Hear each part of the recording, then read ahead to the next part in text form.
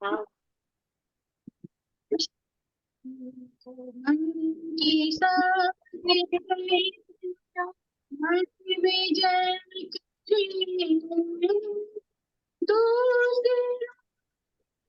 जैसे पहले खुद को जय करे, हमको मन की शक्ति देना। दीवारों पे दिल से साफ कर सके, दोस्तों से भूल हो तो माफ कर सके, झूठी सी बचे नहीं हम सच्ची कदम भरी, दूसरों की जय से पहले खुद को जय करी,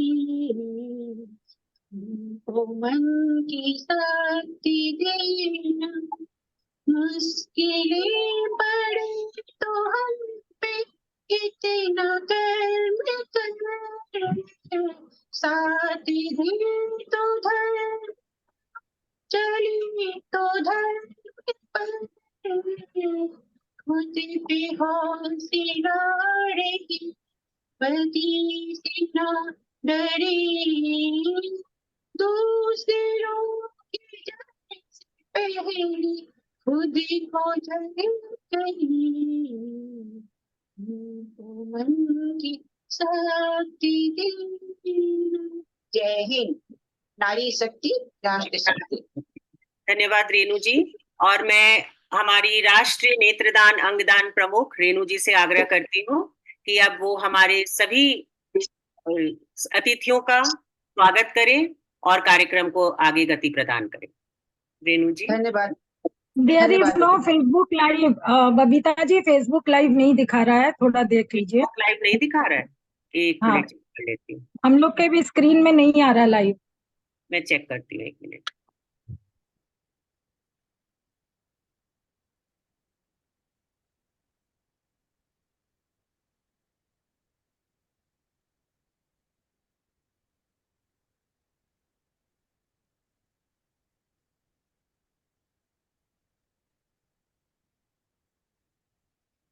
लगता है पश्चिम बंगाल के इसमें से मेरे को वो एडमिन हटा दिए हैं, लग रहा है, इसलिए नहीं पकड़ रहा है, क्या पता नहीं।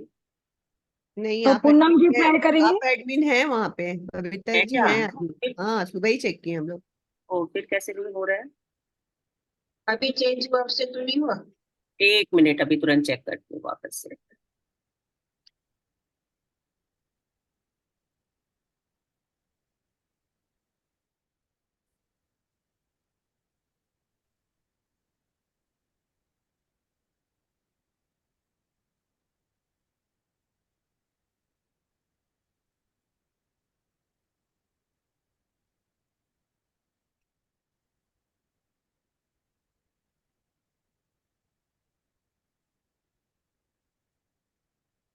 हाँ, परमिशन एरर आ रहा है,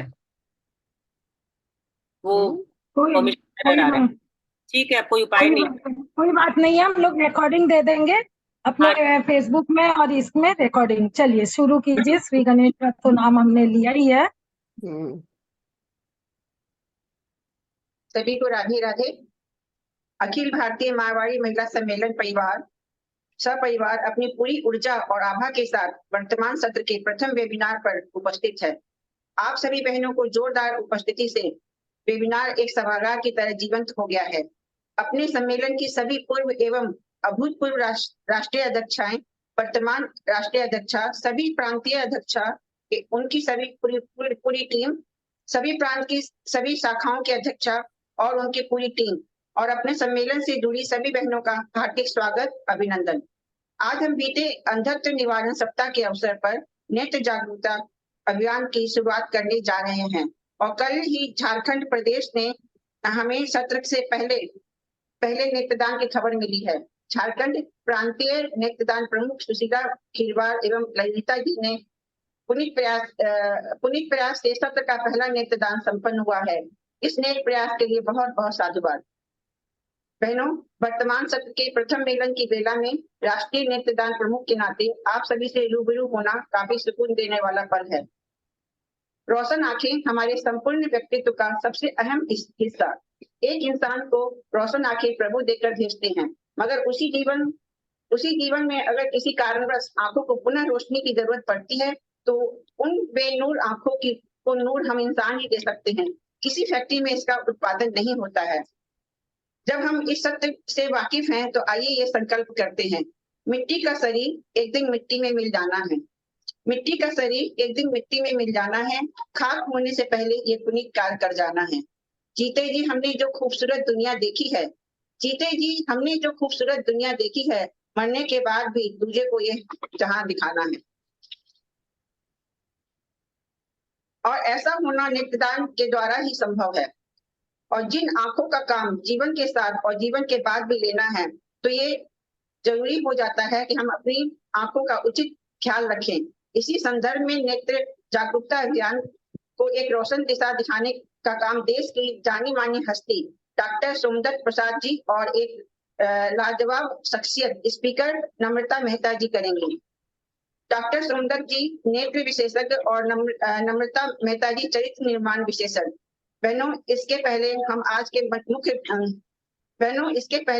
आज के मुख्य वक्ता को आमंत्रित करें। पहले हमारे सम्मेलन की वर्तमान राष्ट्रीय अध्यक्षा श्रीमती अंजू सरावगी जी के बेमिसाल व्यक्तित्व के सूर्य को चिराग दिखाने की छोटी सी कोशिश करती हूँ।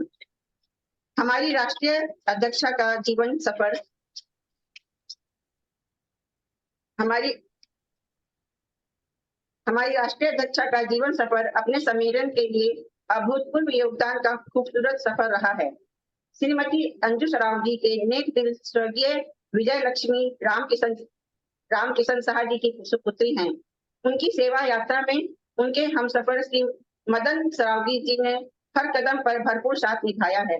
इनके दोनों बेटे वरुण और रौनक जी ने भी इनके सेवा कार्य के लिए काफी हौसला अफजाई की है।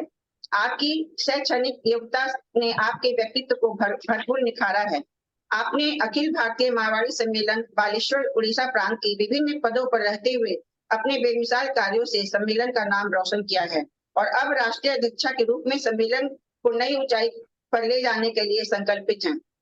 आपकी योग्यता, आपकी ऊर्जा, आपके हौसले को हमारा सादर नमन। जिस तरह हम रामनवमी के पावन पर्व पर रामलला के ओजस्वी मस्तक पर सूर्य के तिलक के साक्षी बने हैं, जिस तरह हम रामनवमी के पावन पर्व पर रामलला के ओजस्वी मस्तक पर सूर्य तिलक के साक्षी बने हैं, उसी तरह हमारी राष्ट्रीय अध्यक्षा के सेवा कार्य हमारे सम्मेलन के मस्तक पर सूर्य तिलक के मानदिक चमकेंगे। आप सभी बहनों के भरपूर तालियों के साथ मैं अपनी राष्ट्रीय अध्यक्षा श्रीमती अंजू सरावगी का आग्रह करती हूँ, निमंत्रण करती हूँ कि वो आए और अपने ओजस्वी वक्तव्य से हमारा मार्गदर्शन करें। अंजू जी, आपका स्वागत है। धन्यवाद रेणु जी। मैं आपका स्वागत करती हूँ, स्वीकार कीजिए। धन्यवाद। आज जूम सभागार में उपस्थित हम सभी राष्ट्रीय पूर्व अध्यक्षाएं, बड़ी बहनें, हमारी राष्ट्रीय पदाधिकारी बहनें एवं पूरे राष्ट्र से जुड़ी हमारी प्यारी प्यारी बहनों को मेरा प्यार भरा नमस्कार। आज हम जूम सभागार में उपस्थित हुए हैं अंधत्व निवारण सप्ताह को मनाने के लिए। ये सप्ताह 1 अप्रैल से 7 अप्रैल का सप्ताह था और इस सप्ताह को मनाने का एक पुरजोर कोशिश हम अखिल भारतीय मारवाड़ी महिला सम्मेलन से आज कर रहे हैं, क्योंकि हमारे साथ जो डॉक्टर साहब स्पीकर जुड़े हैं और मिसेस नीता जी जुड़ी हैं, वो हमें बताएंगी कि अंधत्व के लिए क्या कर सकते हैं इसके निवारण के लिए।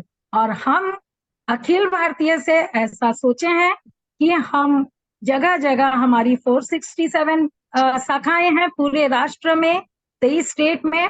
हम जगह जगह नेत्र परीक्षण एवं चिकित्सा शिविर लगाएंगे और उससे हमारे सामने अंधत्व के कई प्रकार के मरीज आएंगे, जैसे मायोपिया जो कि बहुत ज्वलंत है और सर्वव्यापी है। आजकल हर घर में आपको ये पेशेंट दिखते हैं।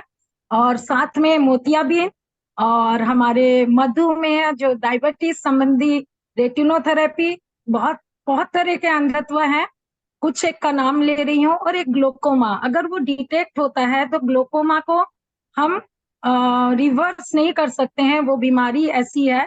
लेकिन अगर टाइमली डिटेक्ट हो जाता है तो हमको उसके जो सीरियस लक्षण है वहां तक नहीं जाना होगा और हम अपनी बीमारी को वहीं स्टॉप कर सकते हैं। जितने डैमेज हो गया है उतना को वहीं रोक दिया जाए। तो ये आशा और ये विजन बिल्डअप करना चाह रही हूँ आज। मगर क्षमा चाहती हूँ, हमारी रूम की जो रेस्ट्रिक्शन है जूम रूम का 100 है।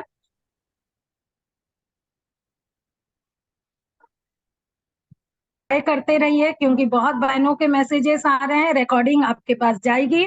लेकिन हमारा मेन मकसद है कि हम आज अंधत्व निवारण के लिए जो उपाय लेंगे और उसके साथ हम प्रण करेंगे वही कि हम परीक्षण शिविर लगाएं और जैसे जैसे मरीज हमारे सामने आते जाए वैसे वैसे हम चिकित्सा के उनके चिकित्सा कराएं और हम उनको सेवा दें। तो चलिए, ज्यादा समय नहीं लूंगी। और आज पूरे राष्ट्र को संबोधन करने का मेरा पहला आज मुझे मौका मिला है और इसी को अभी ईश्वर से भी मनोकामना मांगती हूँ।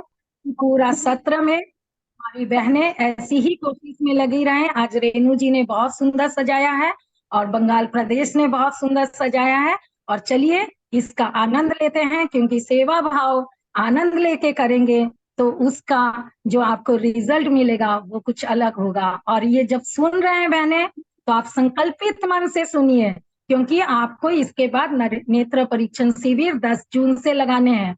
हमारा नेत्रदान का जो डे आ रहा है 10 जून, उसमें आपको ये काम करने हैं उस समय। धन्यवाद। बहुत बढ़िया अंजू जी, आपके मार्गदर्शन में हम लोग जरूर काम अच्छा करेंगे। और मैं अब आमंत्रित करती हूँ हमारे डॉक्टर सोम प्रसाद जी जो हमारे बीच हैं कि वो अंधत्व निवारण और कारण के बारे में हमें अवगत कराएं। पर उसके पहले मैं आमंत्रित करती हूँ हमारी प्रांत की नेत्रदान प्रमुख पूनम जी अग्रवाल से कि वो डॉक्टर साहब का एक संक्षिप्त परिचय हमारे सामने रखें। पूनम जी। बहुत बहुत धन्यवाद बबीता जी।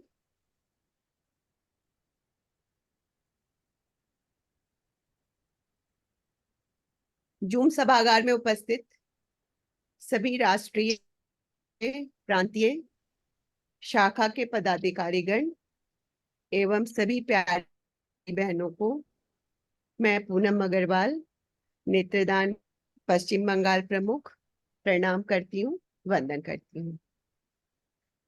मारवाड़ी महिला सम्मेलन के राष्ट्रीय जूम सभागार में डॉक्टर साहब आपका बहुत बहुत स्वागत है। और आज मुझे आपका परिचय देने का सौभाग्य प्राप्त हुआ है। यूं तो आप परिचय के मोहताज नहीं हैं। आपने कलकत्ता से एमएस करने के पश्चात FRCS, एडिनबर्ग, लंदन, USA और कितनी सारी आपने डिग्रियां ली हैं।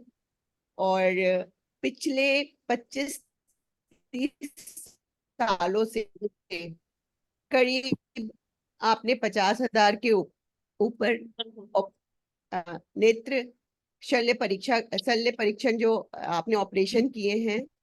साथ ही आपने शुरू में प्रारंभ में आप 20 साल तक लंदन में कार्यरत रहे। फिर आप अपनी सेवा अब हमारे बीच भारतीय हमारे देश में दे रहे हैं। आप यहाँ पे कलकत्ता में और इससे जो फोर्टिस हॉस्पिटल से जुड़े हुए हैं।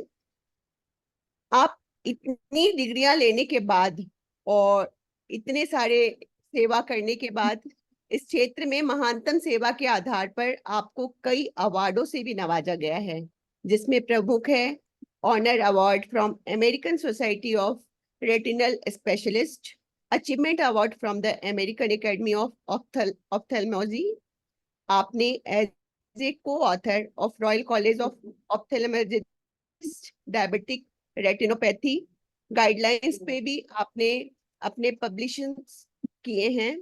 तो आप साथ ही साथ डॉक्टर, और आपने कई जनरल्स भी, आपने जर्नल निकाले हैं 70 से ज्यादा इंटरनेशनल पब्लिकेशंस में, 100 से ज्यादा आपने पब्लिकेशन एंड इंस्ट्रक्शंस जनरल्स निकाले हैं। तो मैं, जैसे पर्सनल में जो आपको जानती हूँ, मैं अपने अनुभव से कह सकती हूँ कि आप मरीजों को उचित सही सलाह देते हुए उनका इलाज बखूबी करते हैं। आपकी स्माइल ही मरीजों के लिए दवा है। तो डॉक्टर साहब, मंच उत्सुक है आपको सुनने के लिए। जैसा कि अभी कहा, नेत्र जीवन के साथ और जीवन के बाद, हम लोग नेत्रदान पे भी बहुत जोर देते हैं। और साथ ही आज हम अपने अंधत्व निवारण के लिए आपसे जानना चाहते हैं। आप अपने हमें गाइडलाइन दें ताकि ये प्रॉब्लम ही नहीं आए लाइफ में। तो पहले हम लोग निवारण के लिए सुन लें, और ये क्यों होता है, इससे हम कैसे बच सकते हैं।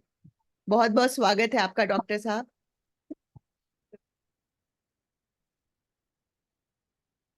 आप अपने आप को अनम्यूट कर सकते हैं डॉक्टर साहब। जी हाँ, राइट। पूनम जी धन्यवाद, अंजू जी धन्यवाद, रेणु जी धन्यवाद। नमस्कार, गुड आफ्टरनून।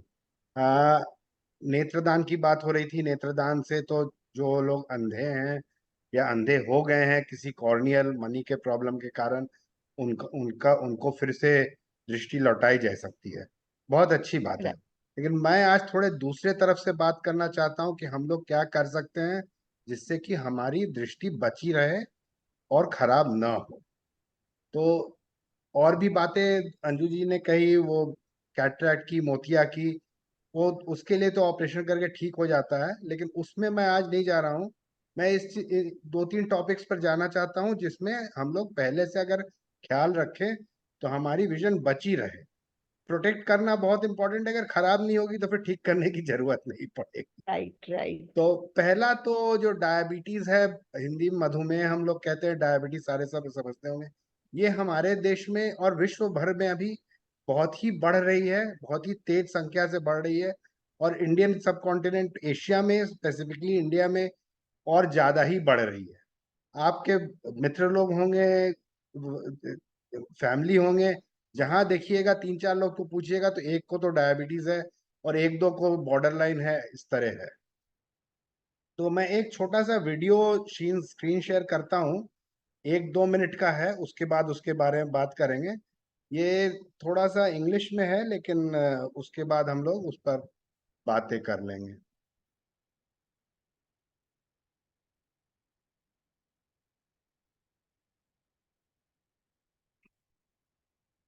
ये आ रही है आप लोग के पास? स्क्रीन शेयर नहीं हो रहा है डॉक्टर साहब। स्क्रीन शेयर नहीं हो रहा है, ठीक है, देखता हूँ। हम्म,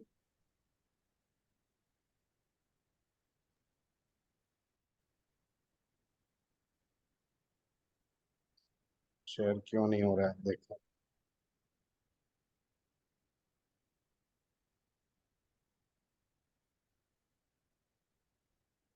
अब आ रहा है? हम्म, होने लग गया। हाँ हाँ बिल्कुल। इसको मैं थोड़ा स्टार्ट पर कर देता हूँ, बहुत छोटी हाँ। है। हम्म,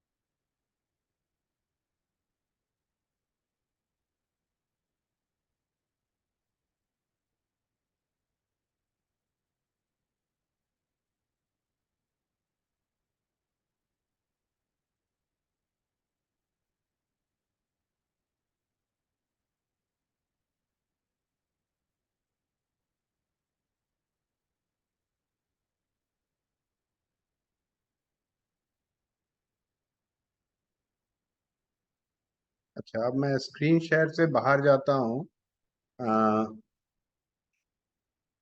स्टॉप शेयर।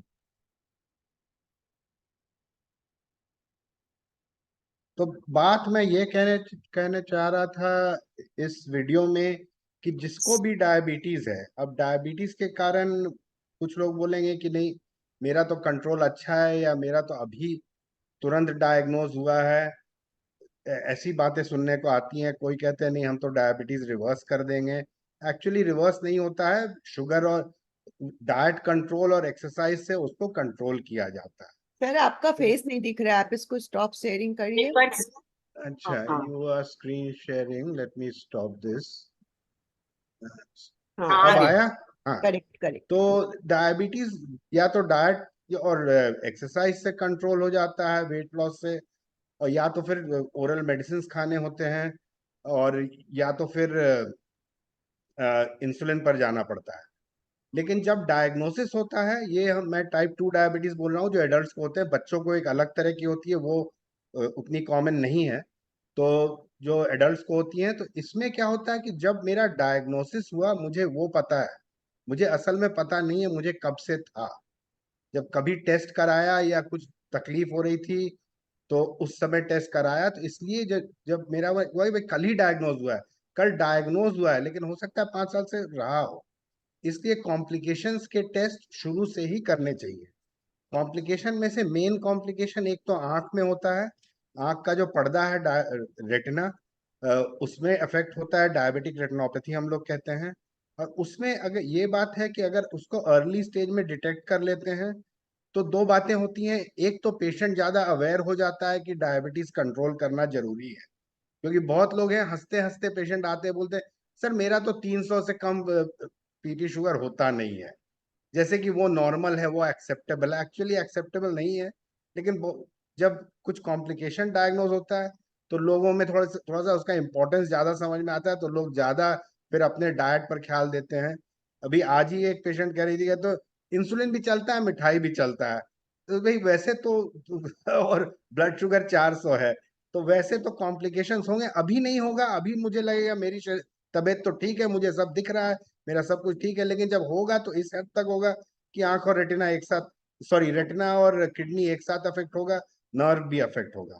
तो इस पे एक तो फायदा ये होता है कि डिटेक्ट करने से लोग उसको ये होते हैं, जो जो डायबिटिक फिजिशियन है, उसको भी एक सिग्नल मिल जाती है कि कुछ कॉम्प्लिकेशन आंख में शुरू हो रहा है, तो किडनी का भी मैं टेस्ट करा लूं, बाकी नर्व का कंडक्शन भी करा लूं, ये सब भी करा लूं।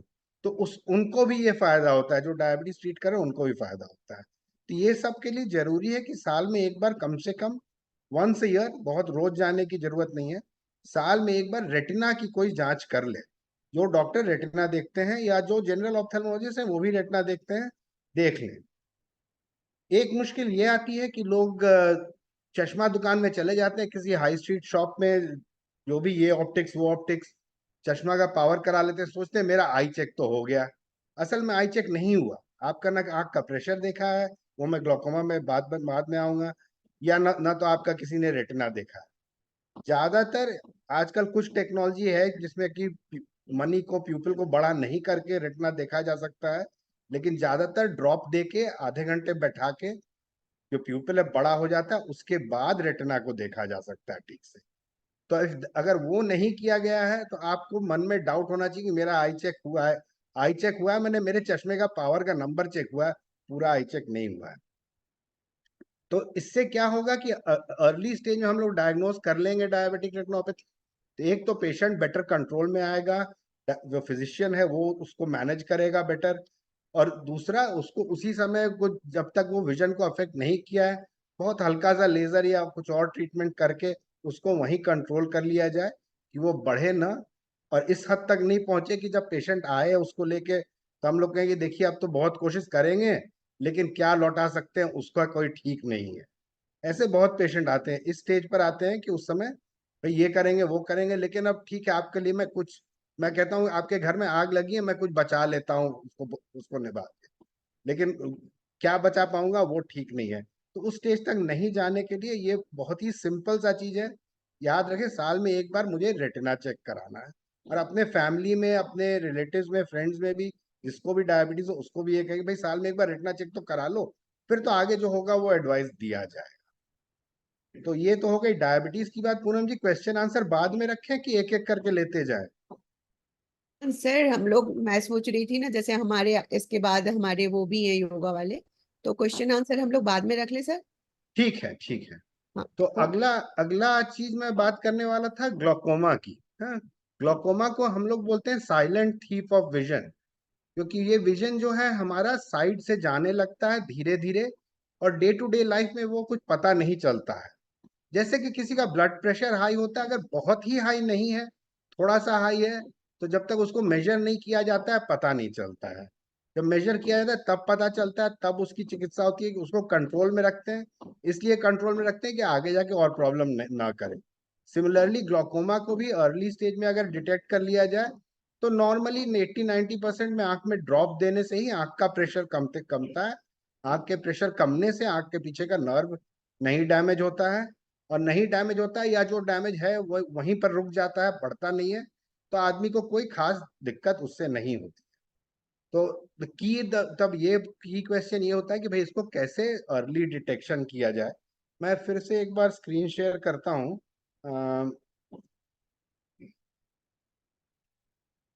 ग्लोकोमा के बारे में कुछ मेन पॉइंट्स बोलना चाहता हूँ।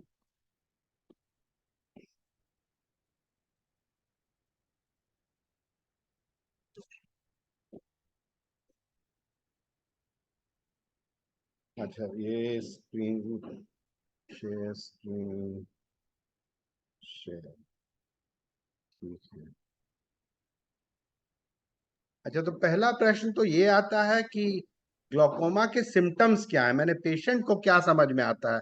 अर्ली स्टेज में पेशेंट को कुछ नहीं समझ में आता है, नॉर्मल लगता है, सब चीज ठीक है। नर्व पर डैमेज होते जा रहा है, जब 30-40% डैमेज हो जाता है तो ये बीच वाली छवि जो है साइड में से विजन जाना शुरू करता है, बीच की विजन क्लियर रहती है। और जैसे वो बढ़ता है, वो जो गया है विजन वो और डार्क हो जाता है, मैंने वहां कुछ नहीं दिख रहा है, और बीच में सेंट्रल विजन लेकिन लास्ट तक प्रिजर्व रहती है।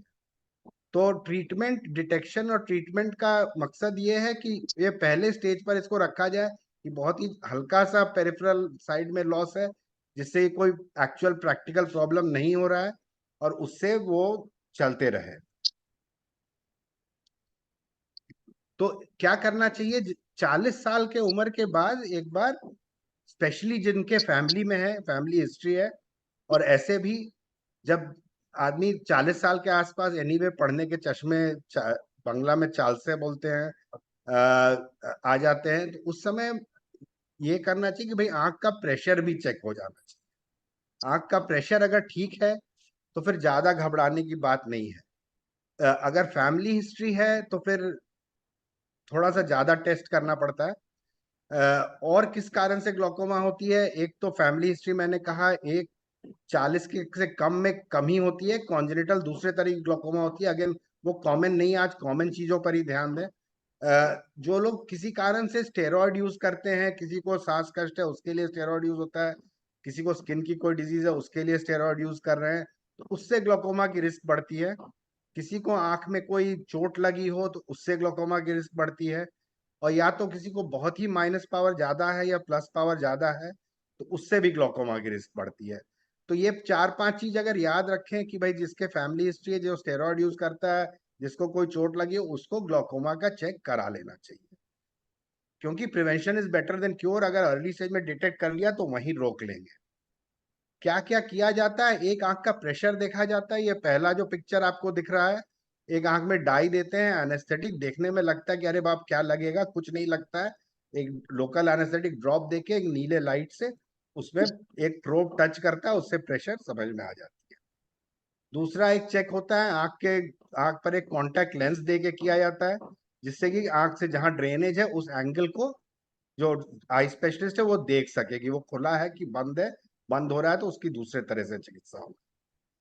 तीसरा, ये जैसे डायबिटीज के लिए मैंने कहा रेटिना देखना है, इसमें भी आंख के पीछे में रेटिना के साथ ऑप्टिक नर्व को देखते हैं। उसमें अगर डैमेज दिख रहा है तो उससे भी प्रॉब्लम हो सकती है। और फिर एक विजुअल फील्ड टेस्ट करते हैं, एक मशीन होता है उसके सामने बैठा के लाइट दिखा के करते हैं। सब कोई को सब कुछ करने की जरूरत नहीं है। अगर प्रेशर ठीक है, और ऑप्टिक डिस्क हेल्दी लग रहा है, तो ये सब बाकी चीजों की जरूरत हमेशा नहीं पड़ती है। तो वो तो जब देखा जाएगा, अगर कोई डाउट आएगा तो फिर उसका बाकी इन्वेस्टिगेशन किया जाएगा। जो जनरली में ये आदमी डर जाता है कि भाई ग्लोकोमा से आदमी लोग अंधे हो जाते हैं। एक्चुअली 90% 95% लोग अंधे नहीं होते हैं, कुछ लोग होते हैं, बहुत कम।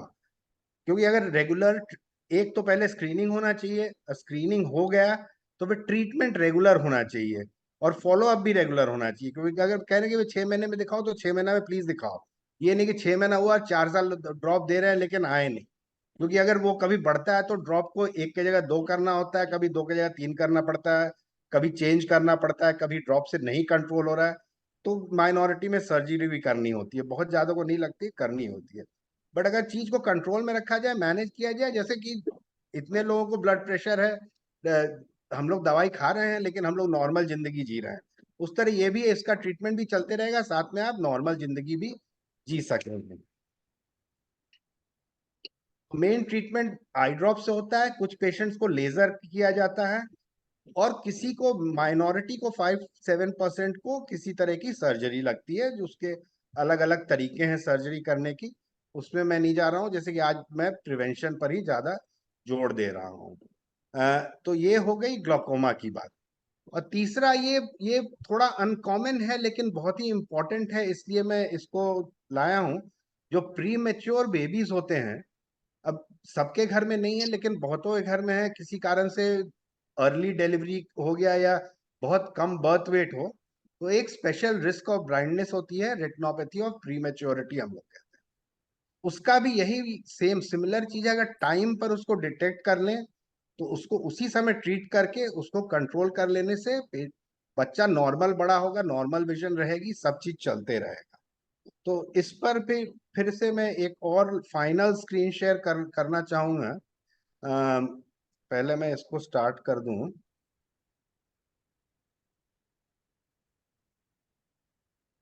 अच्छा,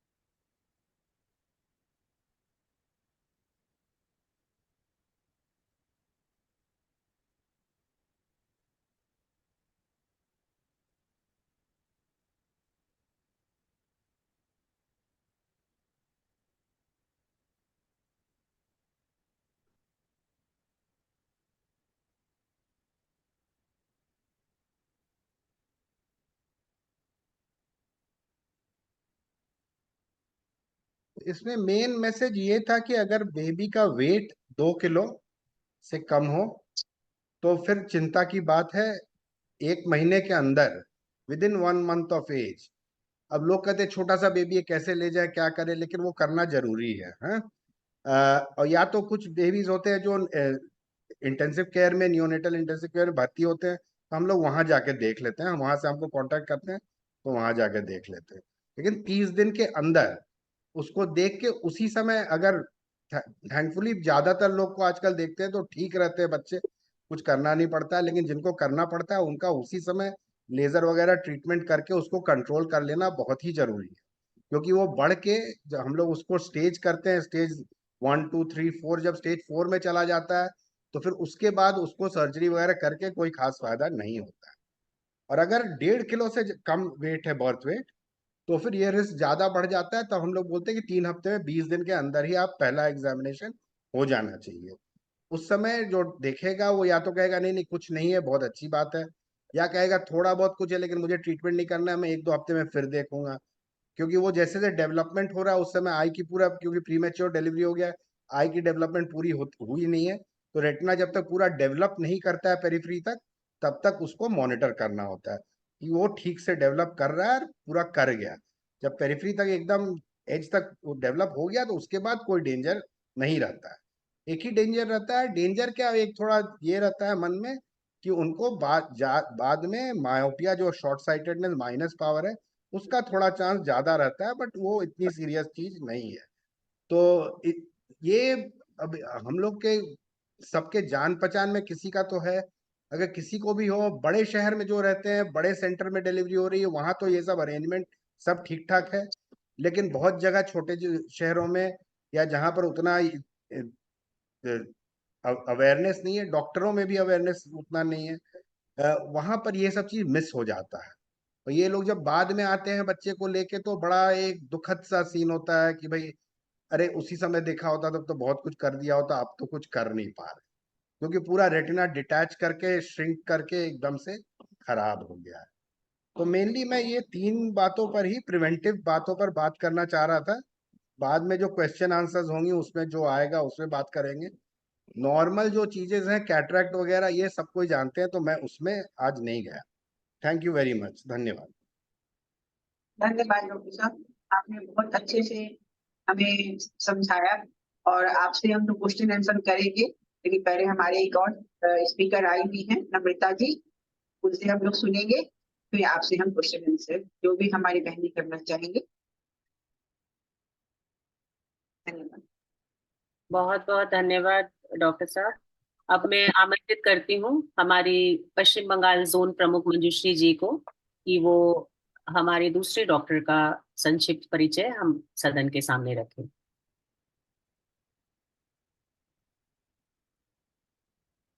मंजूश्री जी।